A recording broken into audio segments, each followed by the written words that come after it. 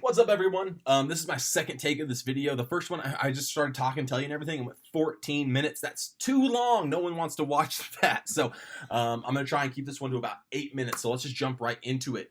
Dan announced at church today that KidMin is opening August 2nd. It's July 30th. August 2nd is that first weekend in August. Now, I have told some of you, hey, this is the plan. We're trying to open July 5th. That got changed when Jay Inslee upped how many people could be in the church. And so when he said, hey, churches can have up to 200, that changed our plans. So we were going to open July 5th outdoors. And so Dan said, hey, we're trying to open indoors that week or the week after, which we're going to open indoors July 12th for adults. And so he said, hey, hold off on KidMin and then let's give a month to kind of figure some things out. And so we sat down and we put together a plan of what KidMin could look like and what we kind of believe it should look like at this point. I want to pass that on to you. So please understand that what I'm telling you right now, just like most things that I say, they could change. COVID and all the restrictions, it's crazy. And so we can tell you one thing and a week later can be different. But I want you to just kind of be aware. That way you can start deciding, hey, what works for my family? And again, I'm going to fly through some of this because I don't want this video to be 14 minutes.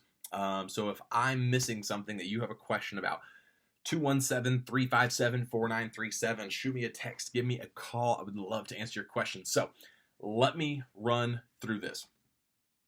Because we can have 200 people in a room, that means we cannot fill our auditorium like we normally would. So they're going to be using C1 and C2 as additional adult seating overflow areas. C2 is the room more commonly known as the KidMin room. So we lose a whole lot of space. That leaves us for our elementary kids with only the 3 K1 rooms and the 2 second and third grade breakout rooms. So we're going to have to figure out how to do KidMin within those confines. We think we've done it. It is this.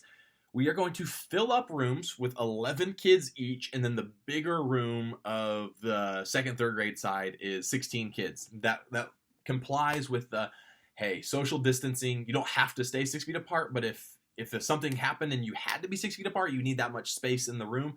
That makes our numbers 11, 11, 11, 11, and 16. So we will have 2 adults in a room with 11 kids. Not 2 adults, 2 leaders. It can be an adult and a high schooler, but 2 leaders in a room with 11 kids or 16 kids, and we might add another leader in that room or whatever.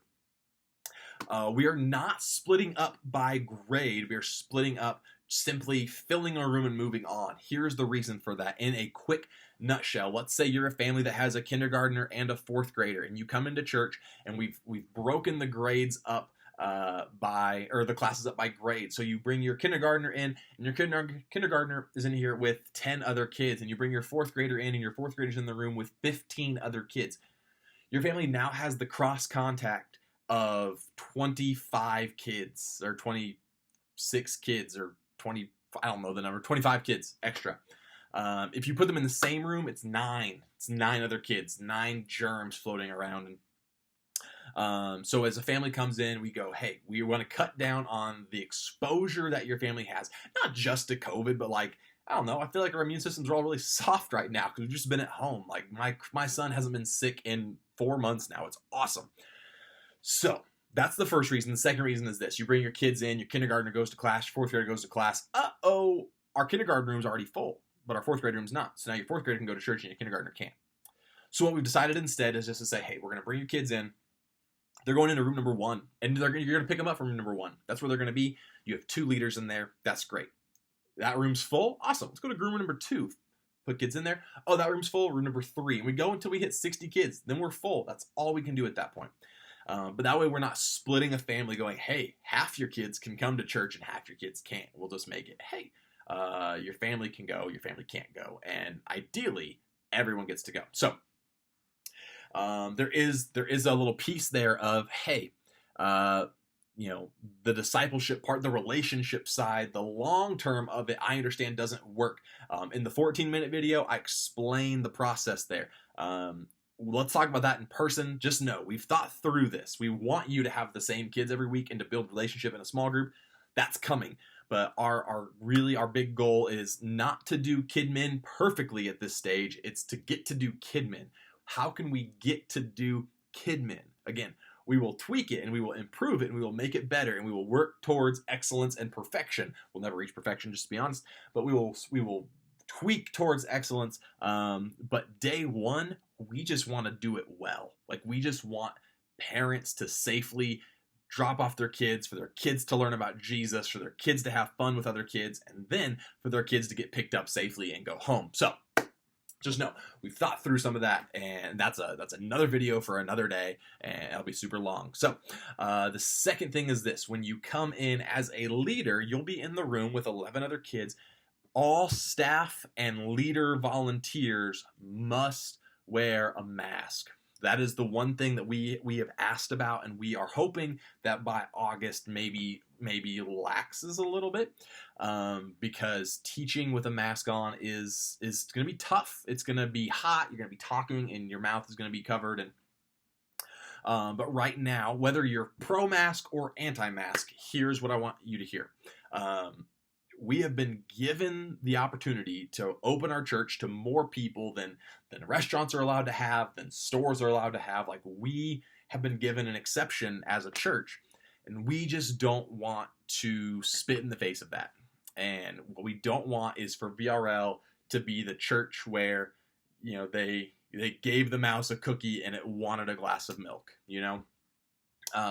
I told someone I would wear a Minnie Mouse apron if it meant that I could have KidMin and work with a group of kids right now. And so, again, I'm not a fan of a mask, but I'm not going to complain about wearing a mask one bit if it means that I get to do KidMin in person with kids, not over video. So if you have a problem with the mask, you know, to the point that you're like, hey, I'm not going to come in because of the mask, let me know. Text me, 217-357-4937. Because again, I don't want this to be an issue that you're like, I'm leaving the church then. Like, talk to me about it. But just know, the mask policy is not a VRL policy. I mean, it is a VRL policy, but it's not because we are, like, you know, the biggest mask sticklers. It is because we just want to respect the exemption that we've been given and not potentially lose that exemption. So that's a big piece there. When you come in, we're going to do video stuff for the first chunk of service because all the TVs are connected on the walls. So if you press play, it will play on all of them, meaning if we start with small groups and my group gets done before your group and I press play, your small group is interrupted and ruined. So what we're going to do instead is press play on the video. We're all going to have the same countdown, worship, and story on video. And then when that ends, then you go small group at your own pace, and you do questions at your own pace, you play games at your own pace, you do object lesson at your own pace, you do memory verse at your own pace, like whatever that looks like for a week. Once that first 10, 15 minutes is done on video, the rest of it, you just do you. And so that one is going to help you a lot because you're not trying to go, man, how do I make sure that I'm done with this in 15 minutes? You get to do that as long or as fast as you want to do, is whatever your kids are kind of feeling that day. So guys, this is the 8-minute version of this video. Like I said, there is a 14-minute version. So if you have questions, I'm sure that you do. Let me know them. Let me answer them. And maybe I don't have a great answer. Maybe I'm going, you know what? We're still thinking about that. What ideas do you have? But like I said, in the 14-minute version, we have a lot more questions that I kind of get to expound on. So we're looking at July 30th, August 2nd. Guys, I'm so pumped. I'm so pumped that we finally get to be indoors with kids doing KidMin. So if you have anything else, let me know. In the meantime, have a great, happy 4th of July, and I will see you guys very soon. Peace out.